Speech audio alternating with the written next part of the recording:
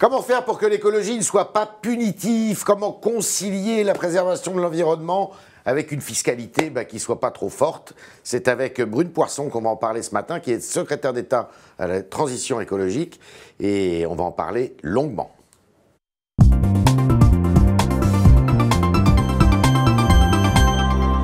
Bonjour Brune Poirson. Bonjour mes frères. Alors, la transition écologique, c'est pas simple à réaliser, des critiques fusent, Ségolène Royal est montée sur ses grands chevaux, si vous me permettez l'expression, en disant le gouvernement n'a rien trouvé d'autre que pour inciter les gens à changer de comportement que d'augmenter la fiscalité.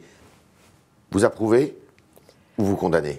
Mais par définition, j'approuve pas, parce qu'il faut regarder ce qu'on a fait. La fiscalité écologique n'est pas du tout la seule politique publique qui a été promue par ce gouvernement-là, par le gouvernement auquel j'appartiens. C'est un ensemble. C'est un ensemble. Du diesel quand même. C'est un ensemble de mesures. Et vous savez, en 2 ans. On nous demande, et je l'ai entendu, on nous demande de faire plus en matière environnementale, d'aider les Français, d'aider à accélérer le changement, et notamment les changements de comportement. Et un des leviers qui existe, c'est la fiscalité. Et c'est pour ça qu'on a pris la fiscalité dans son ensemble et qu'on a décidé qu'il était plus utile de taxer la pollution comme les Français nous le demandent. Parce que je vous rappelle que la pollution de l'air, c'est 50 000 morts prématurées par an. Je suis sûre que vous avez autour de vous, vous qui vivez à Paris, vous avez autour de vous, et vous connaissez probablement des jeunes ménages qui ont des enfants, qui se retrouvent à emmener leurs enfants fréquemment à l'hôpital à cause d'asthme ou de bronchiolite. Oui, mais là, c'est une réaction d'une jeune femme des villes, mais quand vous êtes une jeune femme des champs. Je suis élue dans le Vaucluse.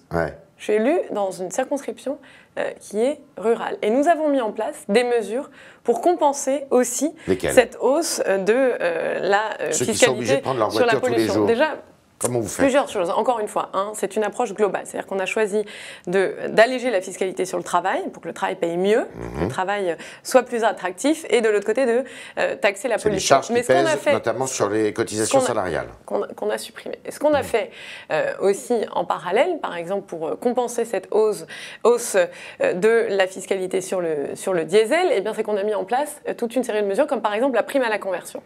La prime à la conversion vise et a pour objectif d'encourager les Français qui le souhaitent à changer de véhicule pour adopter un véhicule qui soit moins polluant. Et un véhicule aussi bien neuf que... la prime, elle est importante. Elle est de 2 000 € par an. Elle peut aller jusqu'à 2 500 € pour les véhicules qui sont hybrides, et ça fonctionne extrêmement bien. Ça fonctionne bien à plusieurs titres. Et pour ça, c'est emblématique d'une mesure qui répond à cette exigence d'écologie et de solidarité. Pourquoi? D'abord parce que... Combien d'achats des véhicules hybrides d'ici la fin de l'année, on en sera à 250 000 transactions et demandes. Alors pour l'année 2018. Sur l'année. Alors que nous avions anticipé dans nos prévisions que ce soit 500 000 sur la durée du quinquennat, soit à peu près environ... Donc en une année, vous faites déjà la moitié. 100 000 par an. Ce qui prouve que c'est une mesure qui fonctionne, qui plaît aux Français. Mais aussi, ce qui est important, et je crois qu'il faut vraiment le souligner, c'est que 70% des ménages qui ont bénéficié de la prime à la conversion, 70% de ces ménages-là, eh bien, ils sont des ménages qui ne sont pas imposables. Donc, ce sont des ménages modestes, premièrement. Et deuxièmement aussi,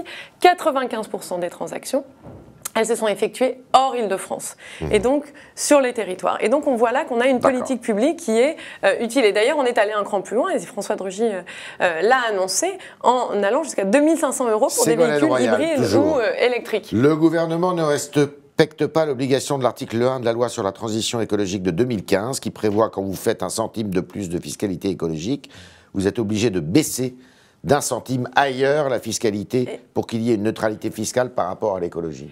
Moi, j'entends... Elle est malhonnête, Ségolène Royal. Moi, j'entends Ségolène Royal qui nous parle d'écologie punitive. Moi, je vais vous dire, en arrivant au ministère, ce que j'ai découvert, et ce que je crois beaucoup de Français savent déjà, c'est qu'elle nous a imposé une double punition. Par exemple... Qui, elle? Ségolène Royal, sur l'écotaxe, par exemple. L'écotaxe, c'est une double punition. Une punition pour le porte-monnaie des Français, et une punition pour l'environnement aussi. Elle a été abandonnée. Attendez, on déchire le contrat, mais est-ce que ça veut dire que le contrat... Donc ça coûte 1 milliard d'euros. D'accord. Ça coûte 1 milliard d'euros. Et en même temps, qu'est-ce qu'on a fait pour l'environnement ? eh bien, on reste dans cette situation de punition aussi de l'environnement, puisqu'il n'y a pas de mesure concrète qui a été prise. Et aujourd'hui, en plus de ça, on se retrouve, alors qu'il y avait des solutions qui avaient été identifiées, et justement par manque de courage politique, il y a eu un recul sur cette question-là. Et il y a des solutions qui ont été identifiées, et maintenant, ce qu'on cherche, et on doit retrouver des solutions, parce qu'il faut que les poids lourds étrangers, par exemple, qui passent en France, ils prennent leur part de responsabilité aussi. Vous parlez des véhicules hybrides. Bon, alors, c'est des véhicules qui marchent à moitié sur du carburant, à moitié sur de l'électricité. Oui. C'est ça. Oui, mais ça, c'est très bien. Mais quand vous avez beaucoup de kilomètres à faire, l'électricité, c'est pas simple. Et puis, vous avez des études qui montrent que les batteries au lithium, eh bien, sont aussi polluantes. Pourquoi ? Parce qu'on a besoin de terres rares et que l'extraction des terres rares, eh bien, pollue énormément et c'est les Chinois qui s'en occupent. C'est pour ça qu'il faut un bouquet de solutions. Ouais. D'abord, on a lancé toute une initiative sur l'économie circulaire. L'économie circulaire, qu'est-ce que c'est ? Ça vise, quand un produit arrive en fin de vie, à faire en sorte qu'il soit réutilisé. Et d'ailleurs, vous parliez de fiscalité, mais par exemple, en France, je ne sais pas si vous savez, Yves Tréhard, mais en France, mettre les déchets au fond d'un trou dans une décharge, ça coûte presque 2 fois moins cher que de les recycler. Ouais. Et donc, ce qu'on va faire, c'est qu'on va mettre en place des mesures pour favoriser et pour récompenser les comportements vertueux. C'est-à-dire, très concrètement, un ménage qui produit moins de déchets, eh bien, il paiera moins de taxes, avec comme objectif que, bien sûr, cette taxe, eh bien, à terme, idéalement, elle disparaisse. Mais par exemple, très concrètement, il y a des tests qui ont été faits dans une ville, par exemple, dans une ville comme Besançon. Ouais. Quelqu'un qui réduit de moitié, et il y a des ménages qui ont réussi à le faire, qui réduisent de moitié leurs déchets, eh bien, ils voient leur facture, leur taxe sur les ordures ménagères baisser de 200 €. Et là, on voit qu'on est aussi dans un système qui récompense les comportements vertueux. Ça fait partie des mesures qu'on veut promouvoir.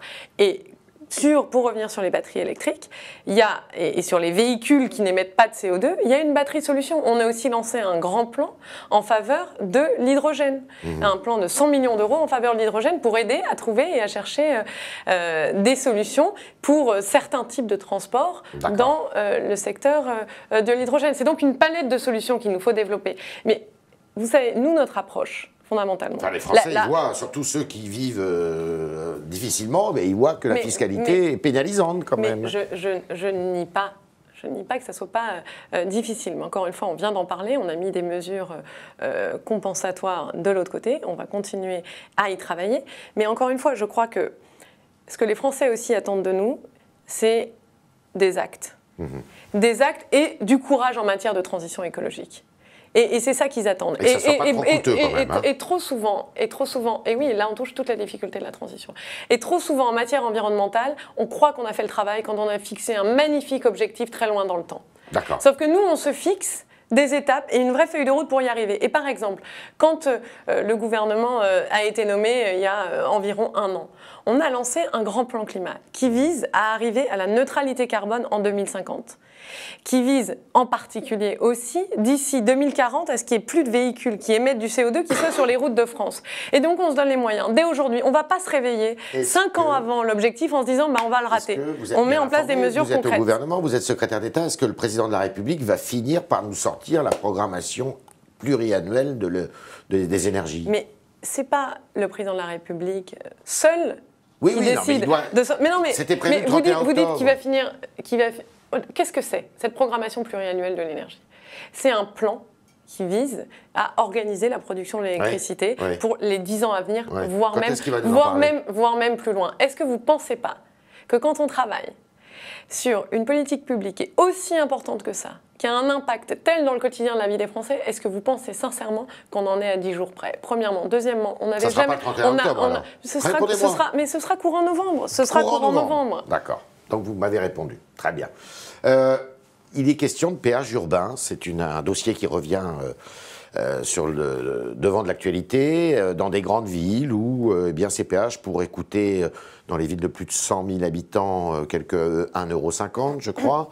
Le double, si on est... 2,50 €, pardon. Et le double si on est dans des villes de plus de 500 000 habitants. Est-ce que sur le principe, vous êtes d'accord avec ces péages urbains ? Alors, plusieurs choses. Déjà, moi, je crois que le principe fondamental, il est de trouver des solutions pour réduire la pollution de l'air, pour faire justement cette transition écologique. Et donc c'est un bouquet de solutions potentielles. Et parmi les solutions qui peut y avoir, c'est justement ces péages urbains-là.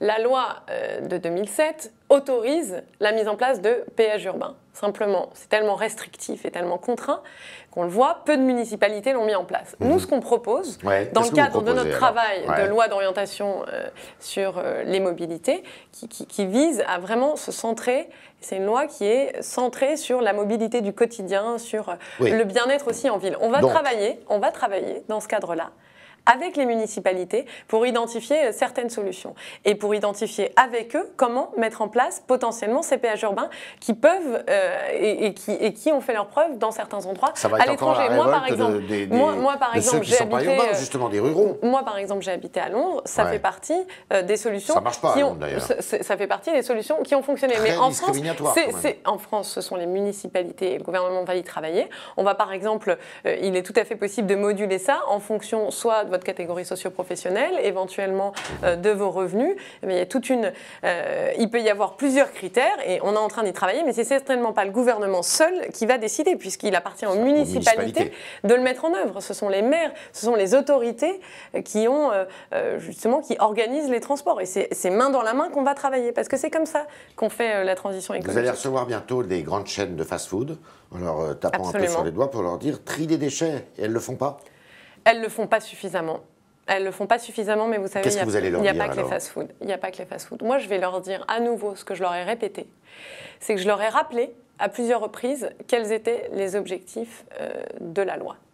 Et quelle était aussi la vision du gouvernement. Nous, on veut tendre vers 100% de plastique recyclé d'ici 2025 et surtout réduire de moitié la mise en décharge d'ici 2025. C'est un objectif du président de la République. Et donc, on a lancé cette feuille de route de l'économie circulaire qui a été portée par le Premier ministre lui-même en avril dernier. Et dans ce cadre-là, avant et pendant et dans le cadre de la mise en œuvre de cette feuille de route de l'économie circulaire, j'ai rappelé à plusieurs reprises les objectifs à différents types d'entreprises et par exemple les fast-foods. Il y avait un écart et il y a encore un écart malgré certains des écarts. Qu'est-ce que je vais leur dire? Je vais leur dire ce que j'ai dit aux industriels du tabac et ce que j'ai tout le temps fait.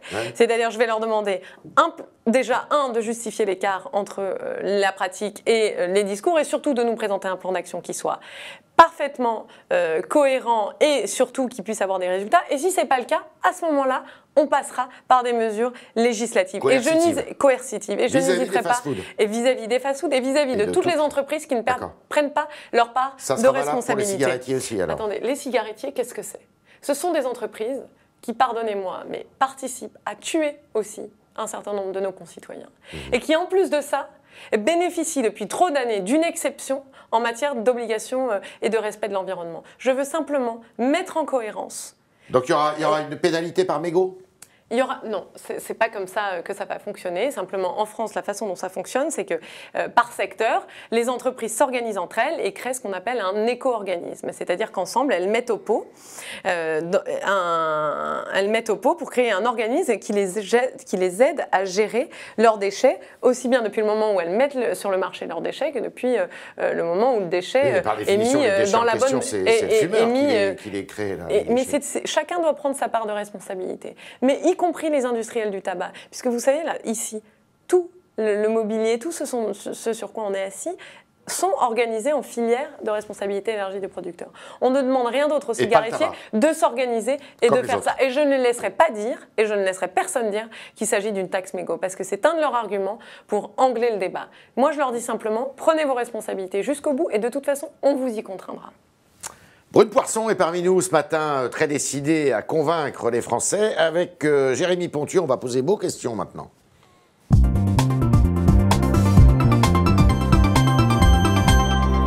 Bonjour. Bonjour Yves, bonjour Madame Poirson.